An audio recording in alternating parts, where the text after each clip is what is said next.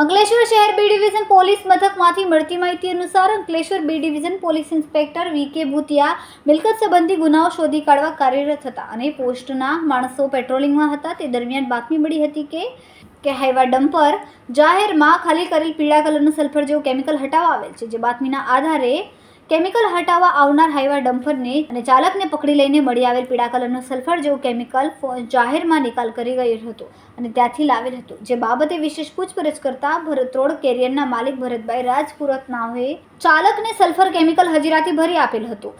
જે Hyva dumper Ankleshwar hotel silver 7ની બાજુમાં ખુલ્લી જગ્યામાં ખાલી કરી જતો હતો. જે કેમિકલ જાહેરમાં ખાલી કરેલ હોવાથી ભરત રોડ કેરિયરના માલિક ભરતભાઈ રાજપુરોહિતે ત્યાંથી હટાવી લેવા જણાવતા હાઈવા ડમ્પરના ચાલક મુકેશભાઈ નાનજીભાઈ ડામોર જાહેરમાં ખાલી કરેલ કેમિકલ હટાવવા આવતા તેઓને પકડી લઈને નોટિસ આપીને પ્રાદેશિક અધિકારી શ્રી GPCBના રિપોર્ટના આધારે ખાલી કરેલ પીળા કલરનો સલ્ફર જેવો કેમિકલ માનવ, પ્રાણી, પક્ષી અને વનસ્પતિ કે સ્વાસ્થ્ય આરોગ્યને નુકસાન કરે તેમ હોય, જેથી સદર આરોપીઓ વિરુદ્ધ ગુનો નોંધીને કાર્યવાહી હાથ ધરી હતી. રિપોર્ટર રવિ સૈયદ, તહેલકા ન્યૂઝ, અંકલેશ્વર.